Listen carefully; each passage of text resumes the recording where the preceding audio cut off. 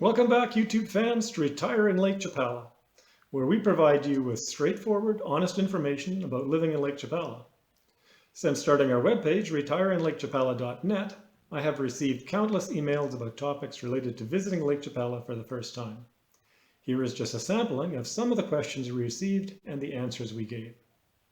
Question: what clothes do I need to bring on my trip to Lake Chapala? Well, starting as early as September or October through March, you might need a very light jacket or light sweater, although this is completely dependent on the person.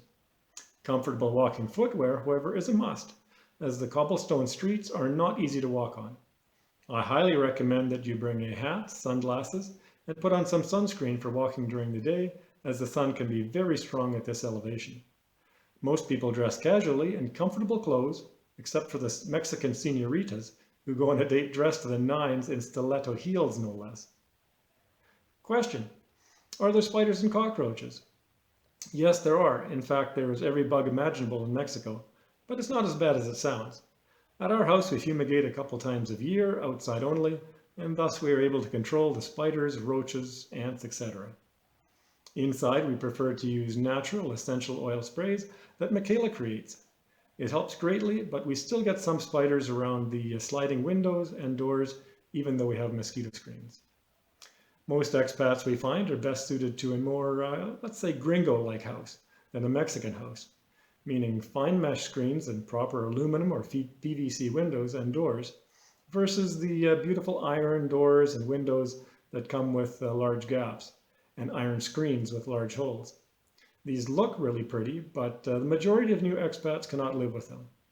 Screen terraces are gaining popularity, allowing the use of outdoor spaces year-round with the added benefit of protecting you from mosquito-borne diseases like dengue.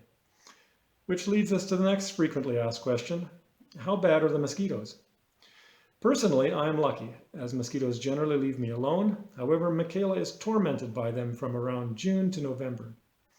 We also purchased electric rackets that are very effective in hunting the odd one down that slips in when we open closed doors. Michaela also prefers to wear pants when going out for dinners or working in the garden. She slathers any exposed skin with a special formula she created using 9 essential anti-mosquito oils. It smells beautifully and it works. Question: do you have to look in shoes and slippers for scorpions before wearing? Well, this is dependent on where you live.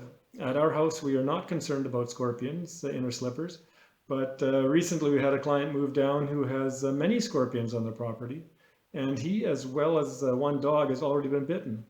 Very painful, I'm told. He purchased out of the country, and out in the country, I should say, and has since been very careful about leaving stuff outdoors. He's also done some perimeter spraying now in order to keep them under control.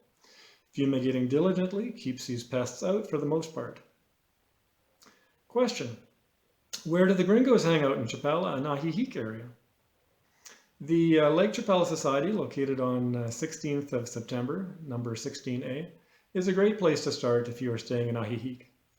They have a Q&A booth, a great little cafe, which I might add is an easy place to strike up conversations with local expats, and numerous daily and monthly activities. However, keep in mind, while the Lake Chapala Society is a great place to start, it doesn't sum up what it's like to live here.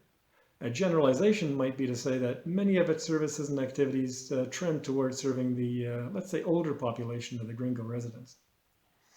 In Chapala, the American Legion always has something going on for the young and old. So drop in at Calle Morales, number 114, and introduce yourself.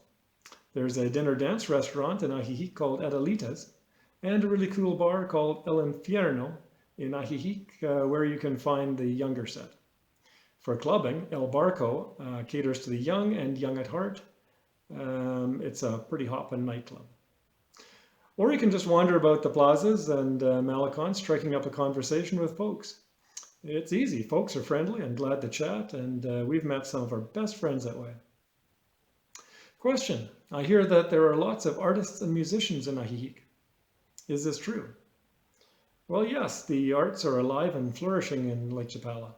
There is live music everywhere. There are also 3 theaters that put on plays and musicals, However, it should be noted that this time, currently, the main La Floresta Auditorium is being rebuilt and will be out of service for 2021.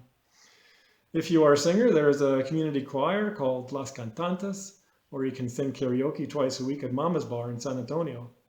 In Chapala, there is a place off the main drag near the Malecon called El Patio that has an aging American musicians playing 70s stuff along with a great amateur night. There are painters, photographers, writers, quilters, jewelers, sculptors, and other media artists. Those people who say there's nothing to do in Lake Chapala have not left their houses to see what's out there. So what are your questions? Let us know. You can contact Michaela or I through our Facebook page or our contact page on retireinlakechapala.net. I put the link down below in the description for you. Thanks for watching, and don't forget to hit the subscribe button below, and lots more coming, so we'll see you soon.